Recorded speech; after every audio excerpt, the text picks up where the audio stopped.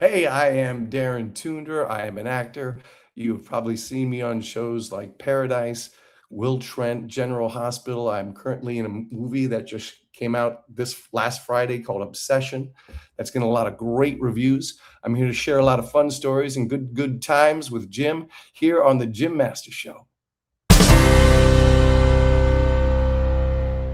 Darin, it's so great to have you here. You've accomplished so much, my friend. Your latest role is Curry Barker's hit, the new horror thriller Obsession. You Mm. play Harry, a character who was a total 180 from anything, if ever done, a stoner hippie working in a bizarre shop.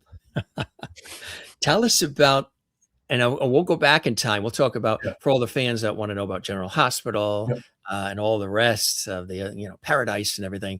Tell us about this. This is like hot off the presses, and Yeah, I congratulations. mean, it's it's got it's just doing like on I think there was an article on Deadline or something like that where Yeah, I saw it. it Yeah. got it got a 90% on Rotten Tomatoes, which is like broke a record for like the best rated movie for the year so far. And And they unbelievable. say even compared it to Sinners, which you know how huge Sinners was, and that I think got like a 96 or a 97%. And I finally went and saw it on Monday, and it was fantastic. It was fantastic. And as far as the role of Harry, it was it was interesting when I got that audition, and it said kind of the breakdown was similar to that. Who this guy works in a bizarre shop with crystals and incense and kind of woo woo stuff.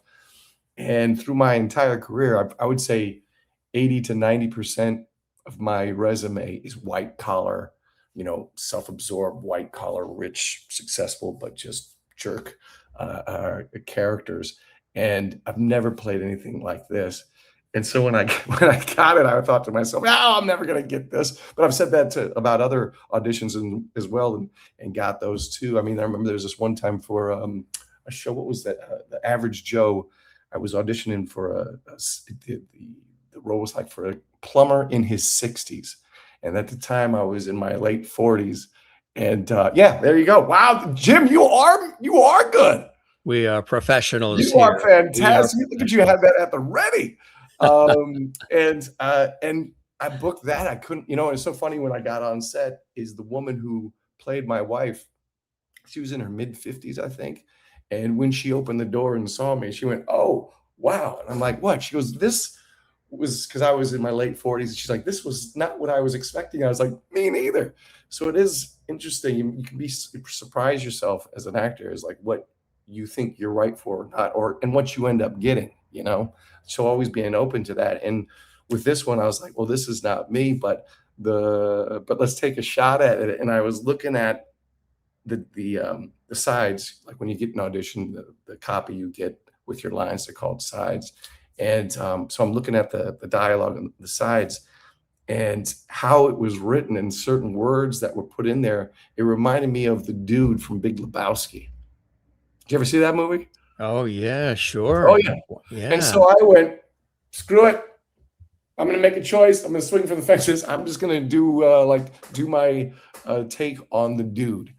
And my friend and I banged that out on a self tape, and Mm. we watched it back, and we're just howling because it was just ridiculously funny. And I was like, there's no way, but it's a choice, man. It's a It's a choice. choice. Send it Right. in. And when I got a call back, I was blown away that I got a call back for that.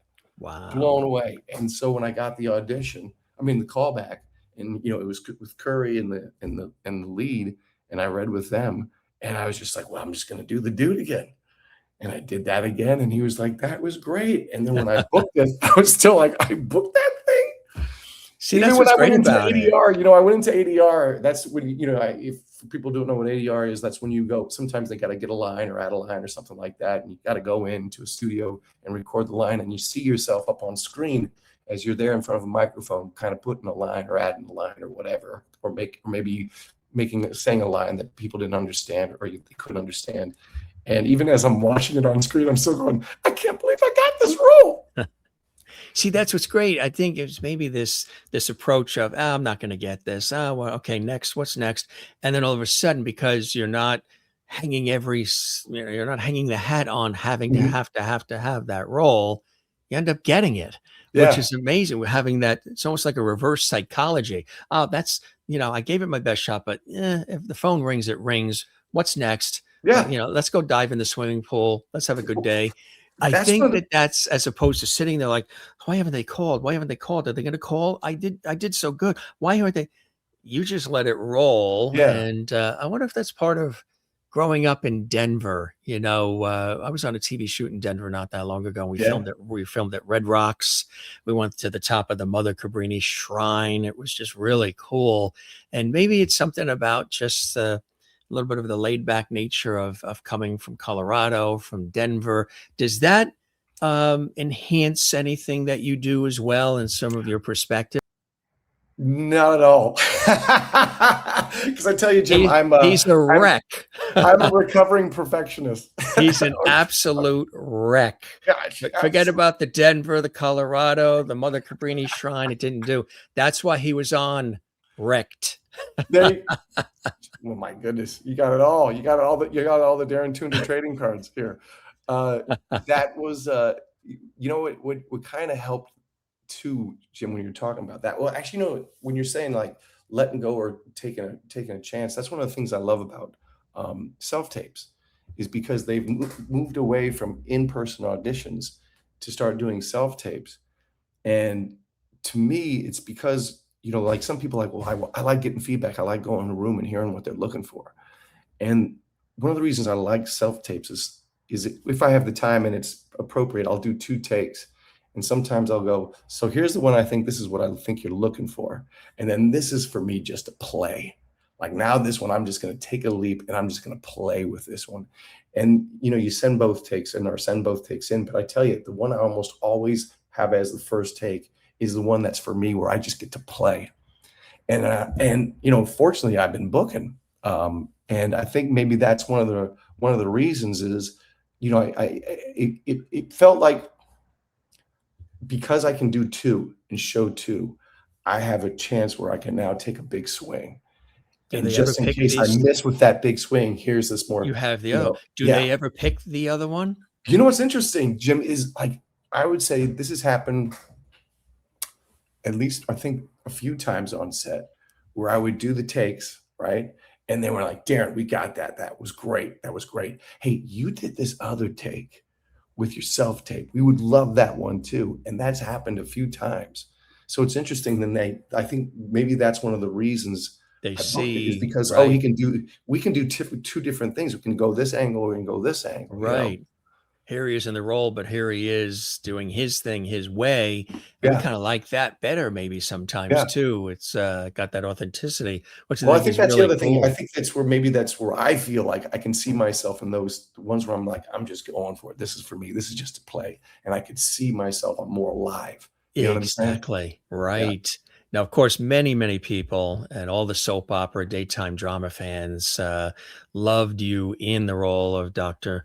Montague on General Hospital Yeah. for quite some time. And what was it like being, we've had several daytime drama actors and actresses come through the Jim Masters show over the years from Los Angeles, all the Mhm. ones that were filmed out in New York as well.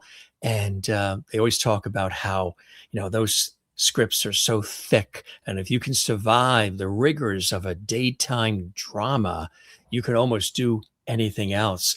What was it like being on set? What was it like playing the doctor in that role?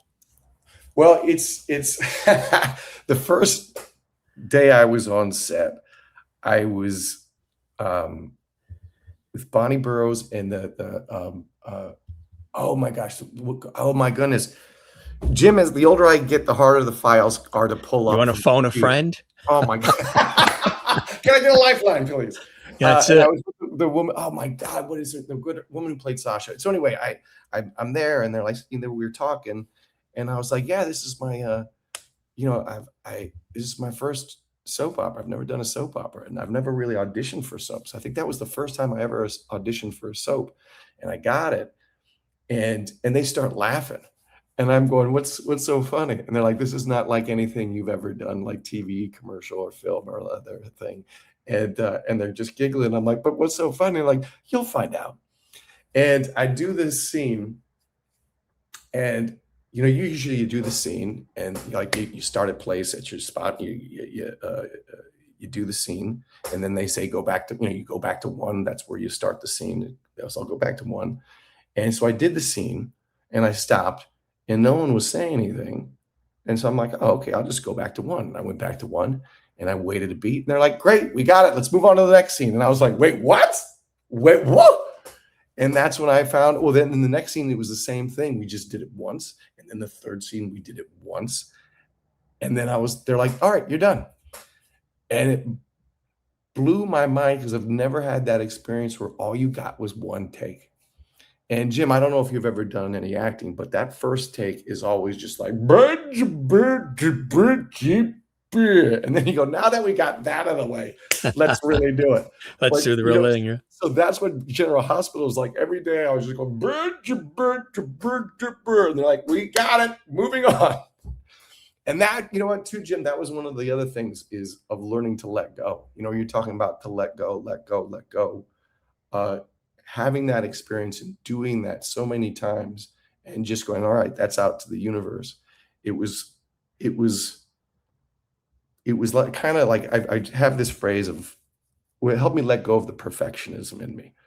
And perfectionism is I call it like the sleeper hold. Do you remember Brutus the Barber Beefcake by any chance? Were you a WWF or WWE Sure. fan? Yep, Remember the Beefcake, right? and he would do his finishing move as the sleeper hold? Right. And that's why I think about perfection. Perfection is like the sleeper hold on joy. And the more you try to get it perfect, the more you just put joy to sleep. So then how long did it take you to do the hair before you came on the show? Which one, my chest hair or my this hair? Yes. This is just more like I wonder if it took as long as it took me. Probably about the same. Some girls like to keep their secrets. You know what I mean? Not long. Make it look like it's casual, but it took an hour. Well, I need a haircut. as I was kind of getting it ready, I was like, oh man, I need a haircut bad. How did you like playing that role of the doctor? It was so much. I mean, playing evil is so much so much fun. I mean, growing up, we talked about it a little bit before we started. We were talking about Little House on the Prairie, the girl who played Nellie. Allison Arngrim, who's been a guest on our show several times. Yeah. And when we grew up, that was one of the shows I would watch with my mom because, we didn't have all these channels. It was like, there's nothing else. It's either the news or Little House on the Prairie. And as like a 9 or 10-year-old, I was like, I'll take Little House on the Prairie over the news. And we would watch it. And my mom would love the Mrs. Olsen role because she was so evil. And she would just like, of all the roles I would ever play on this show, it'd be Mrs. Olsen. And she wasn't an actor or anything. She goes, because just that seems so much fun. And I remember her saying that. And I go, yeah, I think she might be right because that looks like just being evil. Again, it just seemed more fun. And so going and doing this Dr. Montague thing and just being the epitome of evil was just, again, a ton of fun. And what was so great is I've been going to these fan things and they've been kind of the feedback I get from them is, it's usually the most evil characters, the ones who are the nicest ones in real life. And, but one of my favorite moments from the General Hospital experience was I was at this dinner party and, at the table, we were, sitting at this long table. And at the end of the table was this guy, I think he was like 76, 77 years old. And my friend at the table just went, so how's General Hospital going? And I guess he thought he was talking to him. And he goes, oh, I've been watching it for 25 years. My wife and I watch it every day and da-da-da. So it's going great right now. They're in a good run. Da-da-da-da-da-da. And my friend went, no, I'm talking to him. He's on General Hospital. And then he looks at me and he goes, you're on General Hospital? And I was like, yeah, I am. Do you mind if I curse, Jim? Can I curse? Because it's kind of paramount to the story. Is that okay or no? Whatever it takes to add the flavor. So anyway, he looks at me and he goes, you're on General Hospital? And I go, yeah, I am.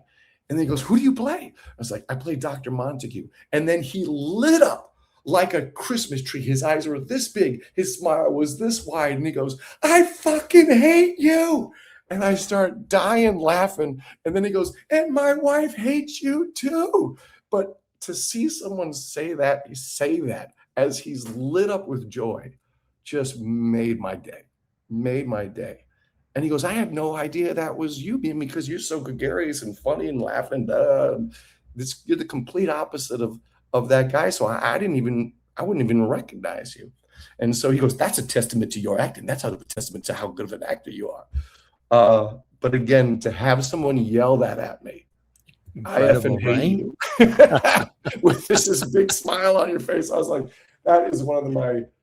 I I'm hate you, never but gonna. give me a high five at the same Oh, time, right? it felt great. But Well, the that's what economy of Nellie the Olson, juxtaposition of him saying that with as lit up with joy was that you hysterical. play the role. Well, that's what we were talking about with Allison Arngrim, who played Nellie Olson, Little House on the Yeah. Prairie, and she's been a guest on our show several times and talked about how over the years, sometimes somebody would come up to her at a supermarket and they would tell her off, and she'd say, Yeah. But I'm Allison, I'm not Nellie. And then they realize when they talk to her, she's really a sweet person. She's funny, she's real, she's warm, she's excitable, she's passionate.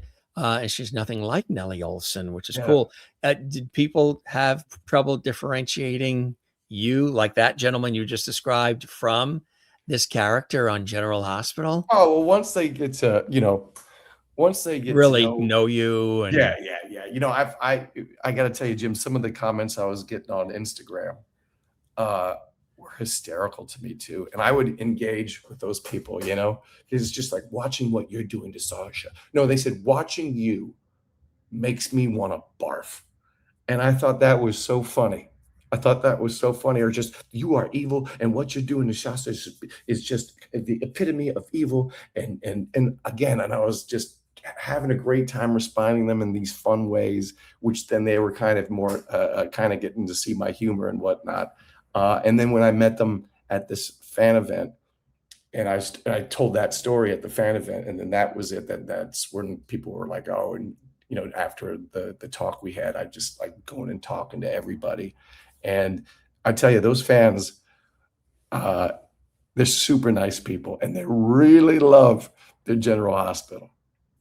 But me too. but seeing Me people, too. like, I remember in the grocery store, someone was like, "I know who you are. You're Dr. Montague. You are evil. I'm staying away from you. What you doing to Sasha is not good." And I was just laughing so hard, because just to be recognized as, that's kind of fun too.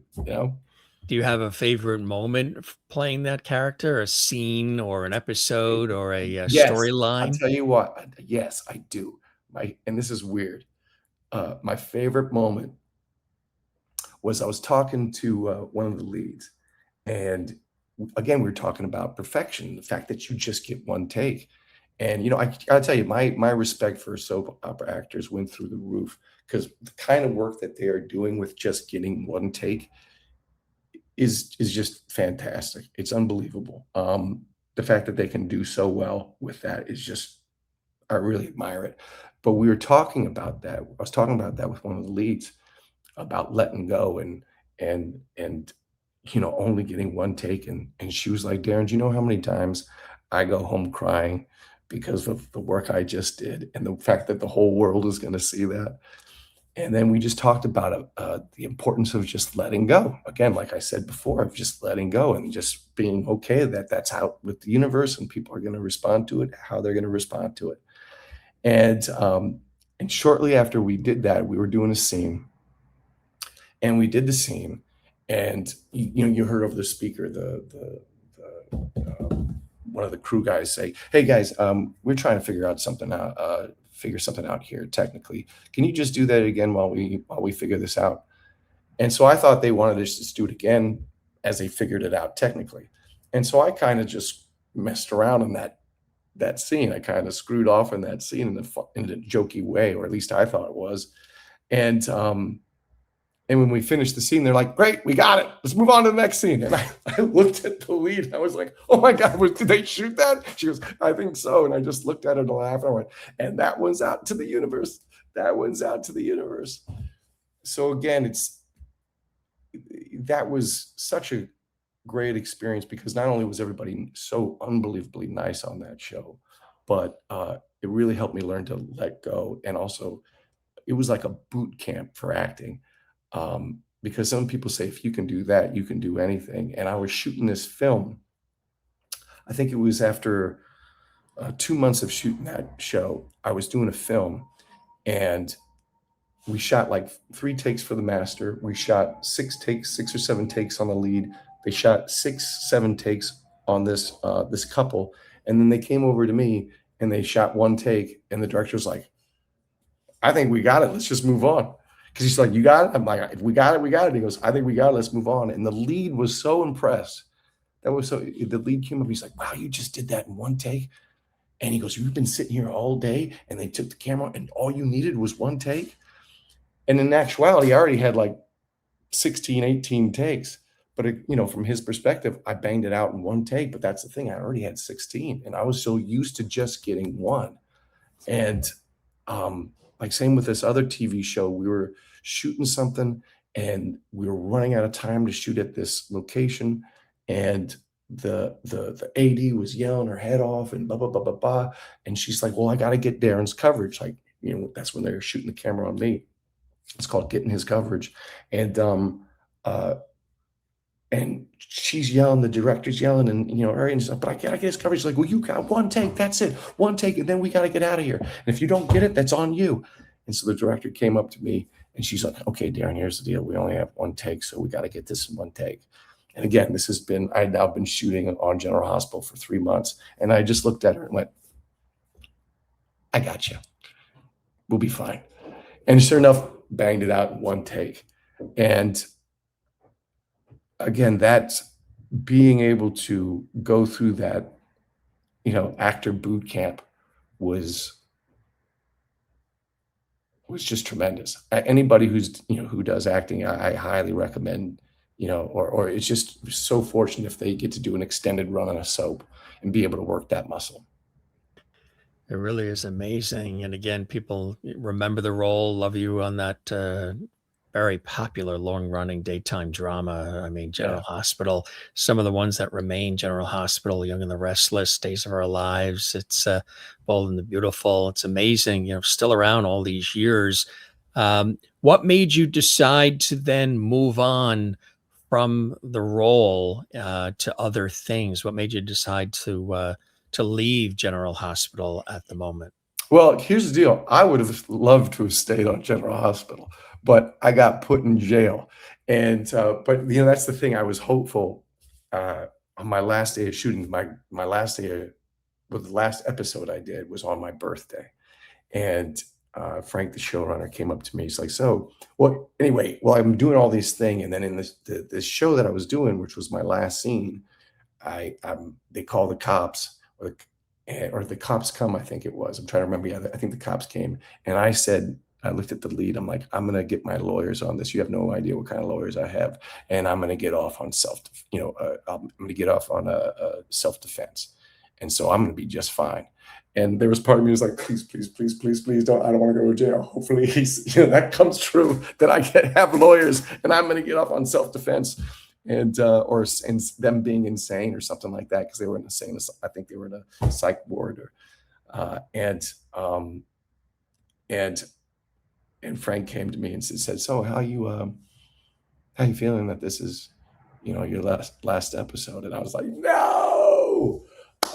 Because I was really hoping that thing would keep going and have some legs. Because again, one of the things I love so much about acting, especially when you get to do something like multiple episodes on a show, is the community.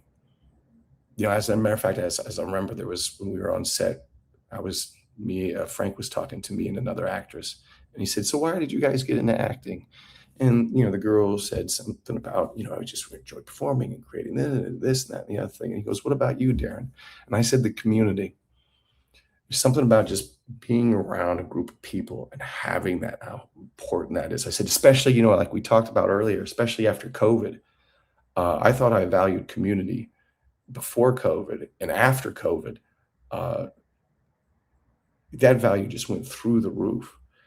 And so being on there, and having that experience and being with those people and being able to go multiple days and seeing those people over and over and over again and having that quote unquote second family, uh, man, I don't know anybody who would want to leave that, because everybody was so kind and it was just a good group to be around.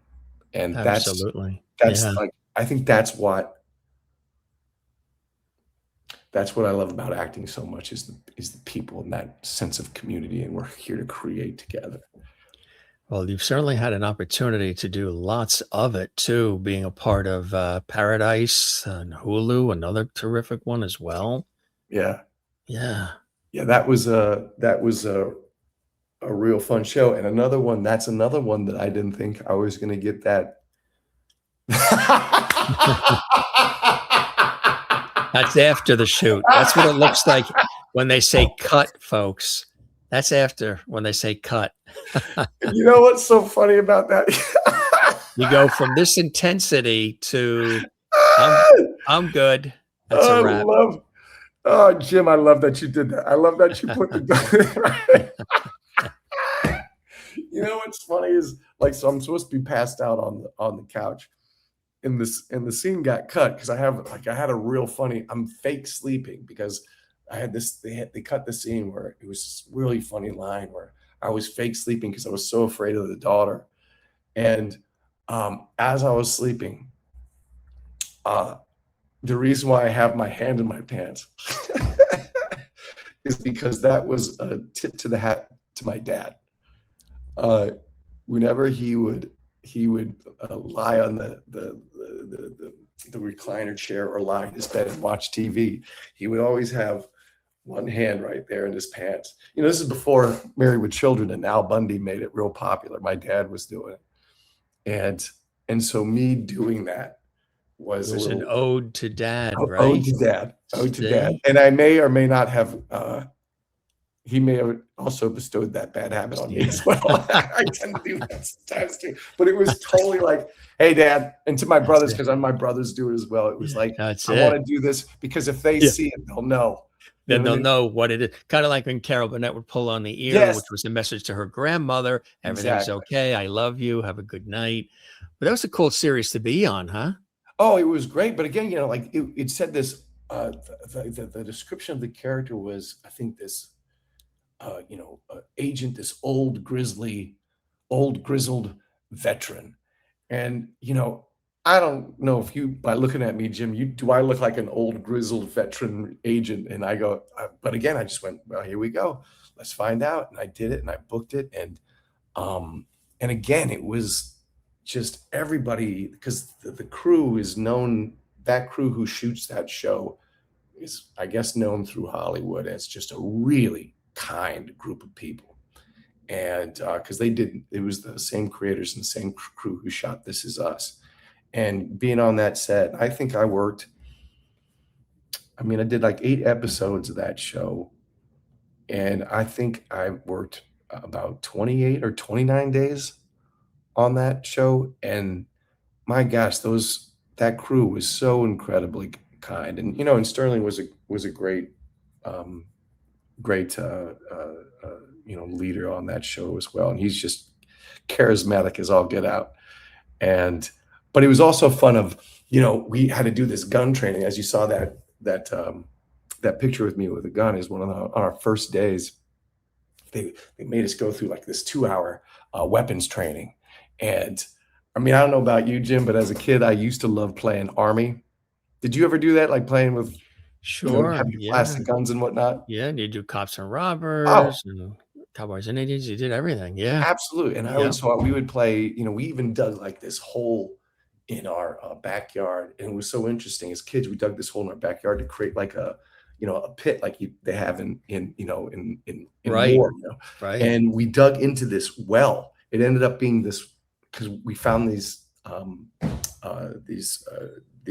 circular brick walls, and we just happened to dig right into this well. And so we would play Army, and we would roll up like mud balls, and let them dry, and then we throw the mud balls, and just because when it hit the ground, when they were all dried, like whoosh, like a grenade. And we would just play that all the time, play war or army, whatever you want to call it, all the time.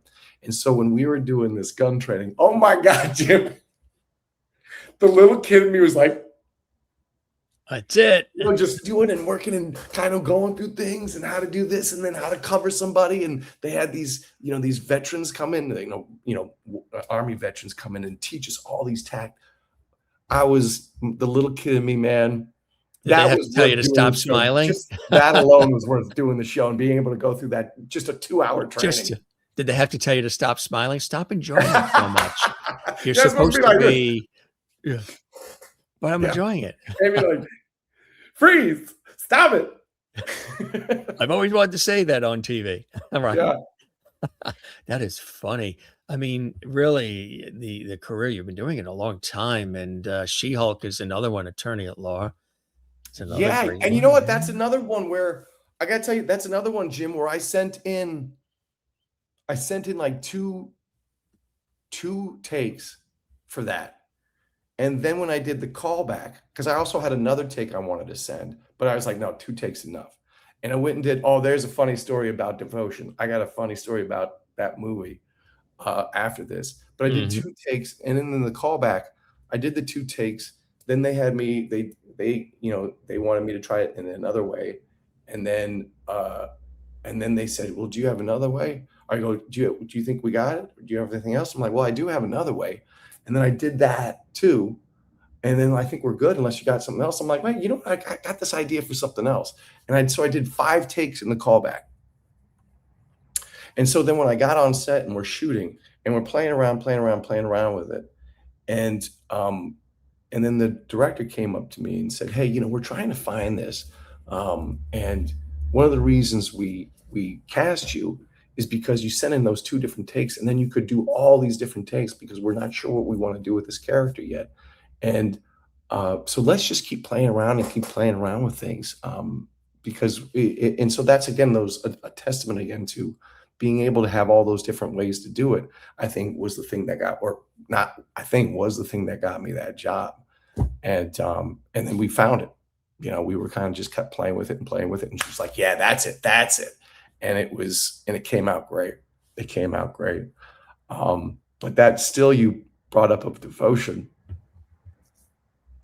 So that was my first like major motion picture that I've ever done, like huge budget, major Sony picture that I'd done. And before I still can't believe I did this.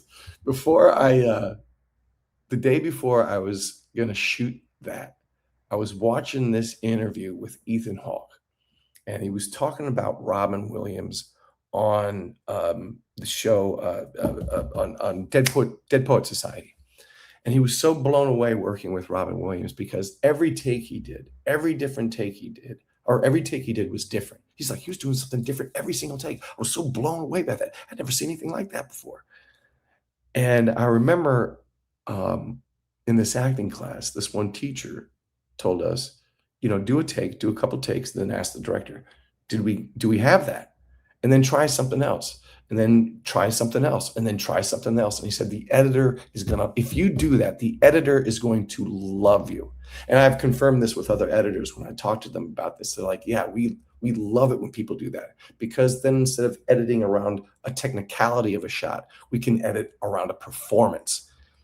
And so when you do all those different takes, man, that's fantastic. And so I'm listening. So I'm watching that interview. And again, the night before I was going to go shoot this, and I went, you know what? Sometimes I like to be real bold, Jim. And that was, I went, you know what? I think when I go on set tomorrow, I'm just going to do that. I'm going to do a different take every time. And so we go on set, and every single take I'm doing different. And we're covering the lead. And every single take, I was doing something different. And everybody on set was loving it. Like, people were coming to me from video villages like, you're blowing away the producers. You're doing something different every time. And they're going, no, who does this? I've never seen this. This guy's doing something different every time. And then the lead was also loving it too, because I was doing something different, and he was really good at being in the moment. That guy was a really good actor. He's a really good actor. And because I was doing something different, he found different things.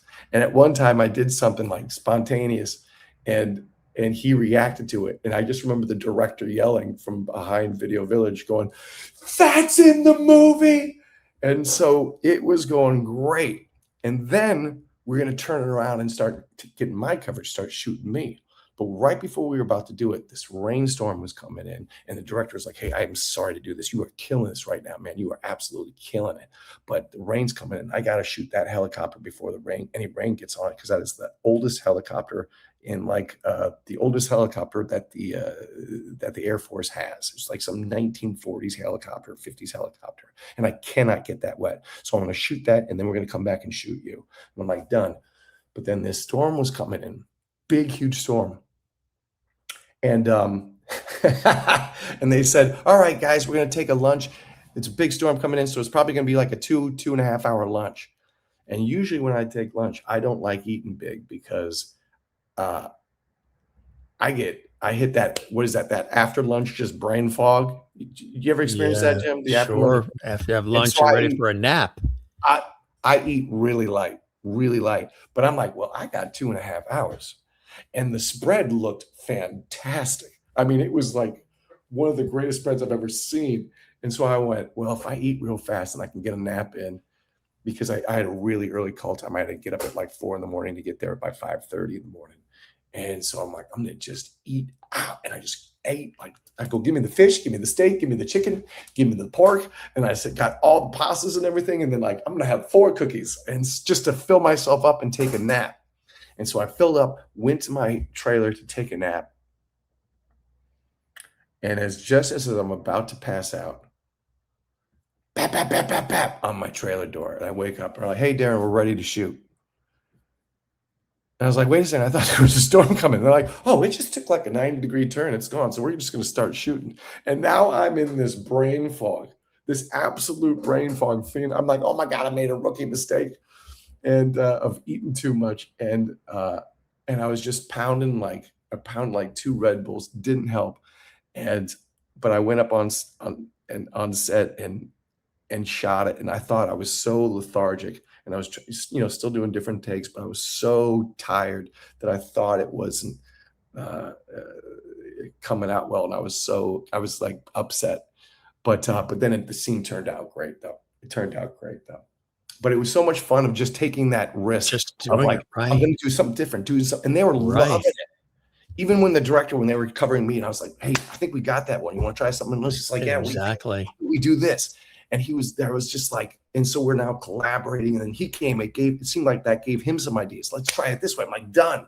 And now we're playing, you Right. know? Exactly. Right. It's Yeah. amazing, all the amazing things you've had an opportunity to be on.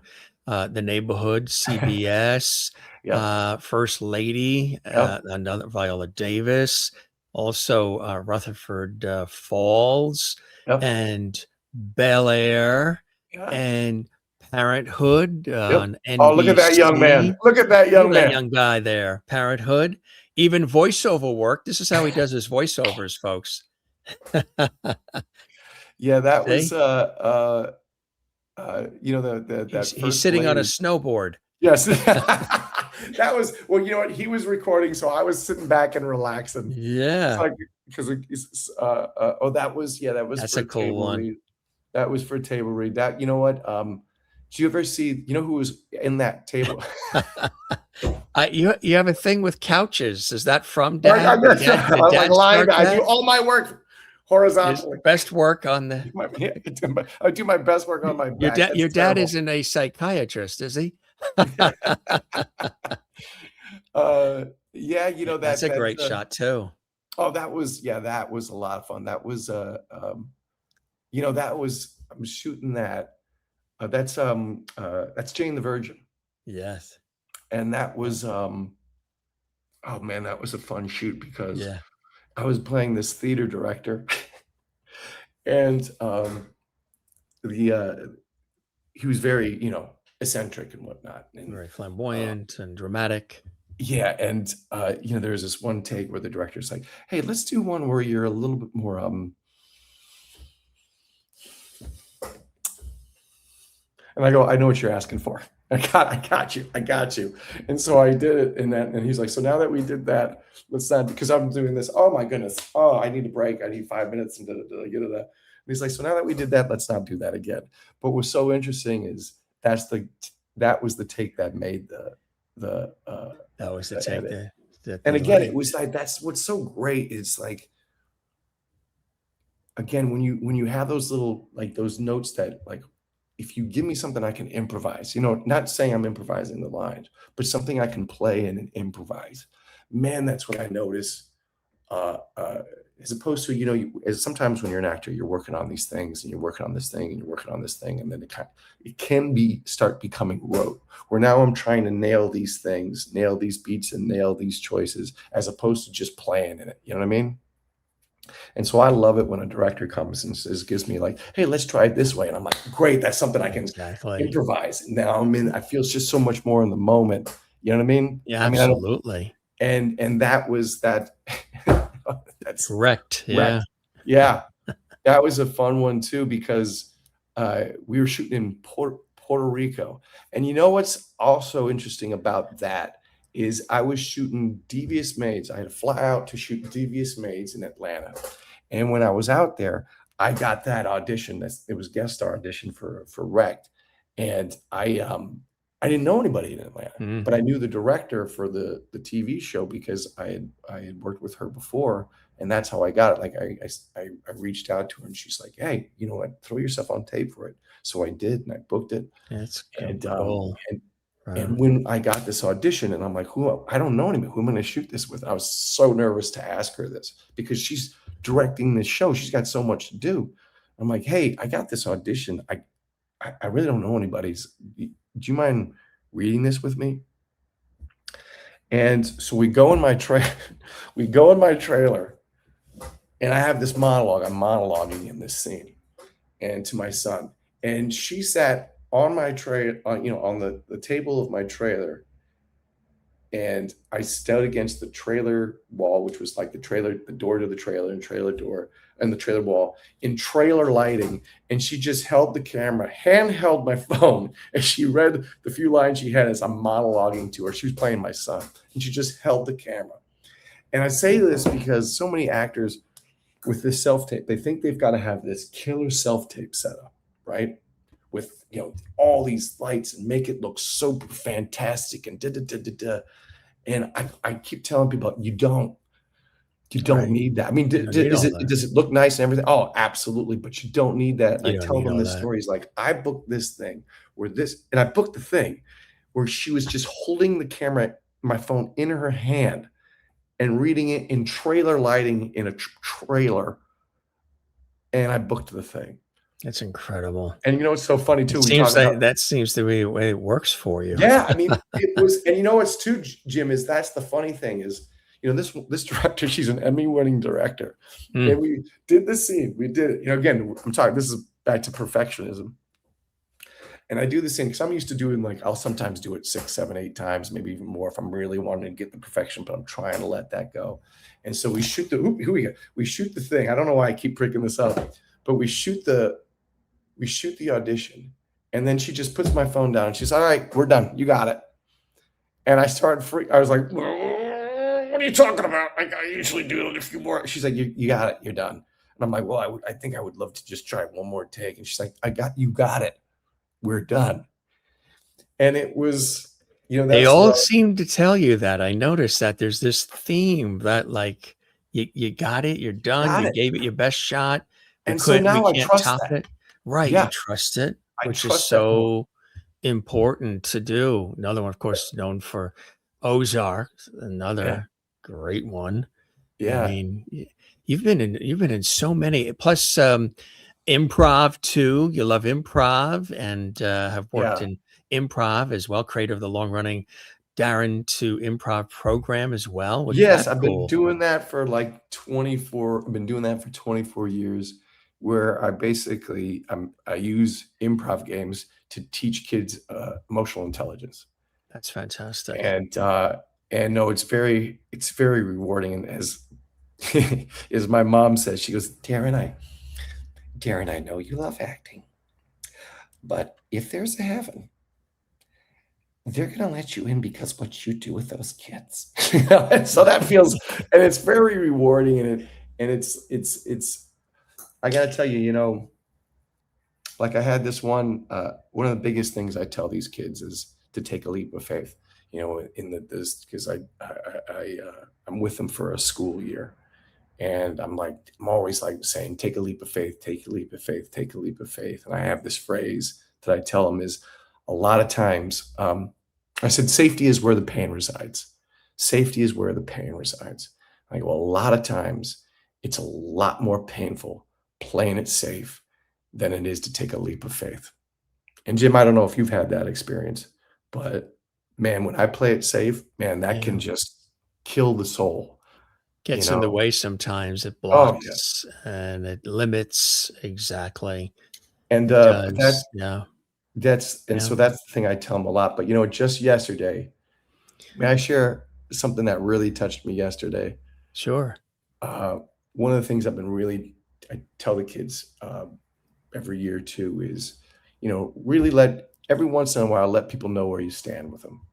Let people know how much you appreciate them.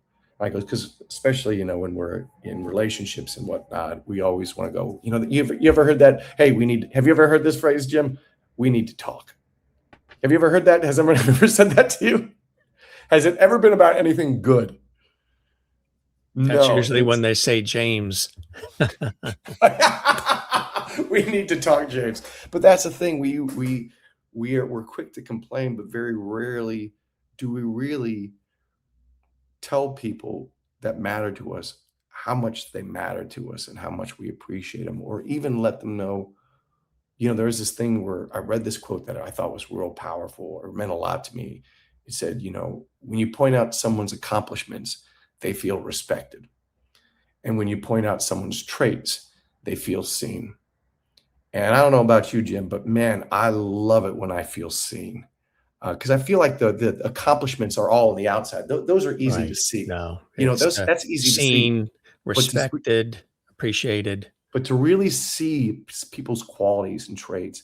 And so that's why I was telling them, I've been telling them to do is have the courage to be vulnerable, to let people know how much they mean to you. And this little girl, this fifth grader, gave me a note. And try not to choke up. She gave me this note, and she did everything I taught her, like this value. And she was like, hey, you told us how important it is to let people know, especially people who matter to us, to really let them know how much we appreciate them. And, and so I want to let you know. And she's like, she just named like 3 of my traits. And I always feel like you're there for me. And And it was so touching. That's great. I was also so proud. I'm like, wow, she got it. She got it. And she did it. And she had the courage to do that. And I go, and if that's to me, it's like, if we just did more of that, this world would be such a better place. Absolutely right. You are so right. And then of course, after being so nice on earth, then there's destination heaven. Harry Lennox. Do you know who Harry Lennox is by any chance? I've not so much. Yeah, I haven't met him, but yeah, I'm very aware of his that man is body of work. That man. He was on the blacklist. I think that was his biggest role. I don't know if I would say his biggest blacklist on NBC. Yeah, and he's incredible to be a part of that. That man was a sweetheart. He was so good, and he was playing God, and he was perfect to play God. I tell you, that's just like, good casting. You got the voice, the presence, the everything. I believe it.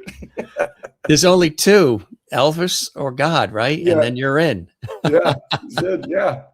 Well, that would be an interesting take on Elvis if he played Elvis. Absolutely. We're going to keep an eye out for Obsession for sure. That looks really, really exciting. It was awesome getting a chance to chat with you, my friend. The time is going by so fast, but we'll have to have you come back. And I always tell all the guests, we keep the porch light on for them.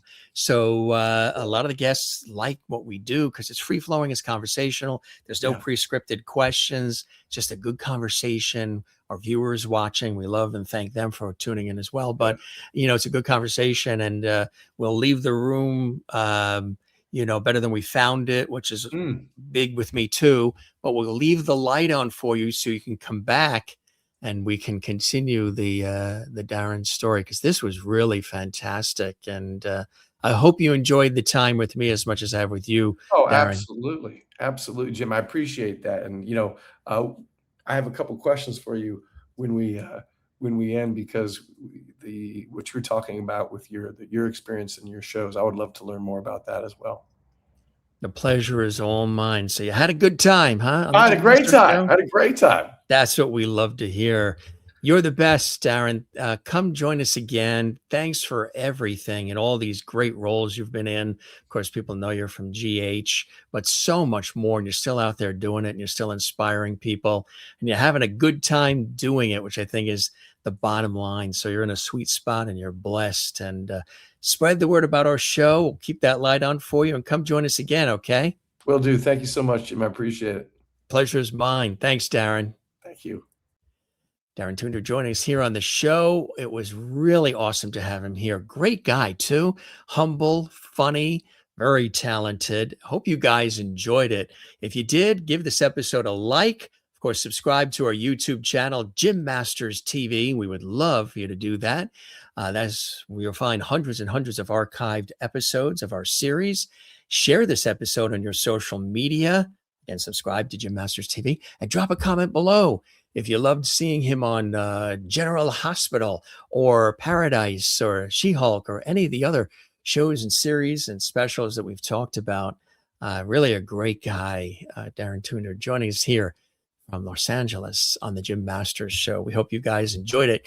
Coming to you from New York. Stay tuned. Another great episode of the Jim Masters Show comes up. Don't forget to love one another, take care of one another, and don't forget to do the very same for yourself. We say that all the time. We appreciate you being here on the Jim Masters Show. We love you all. Take care, everybody, and cheers.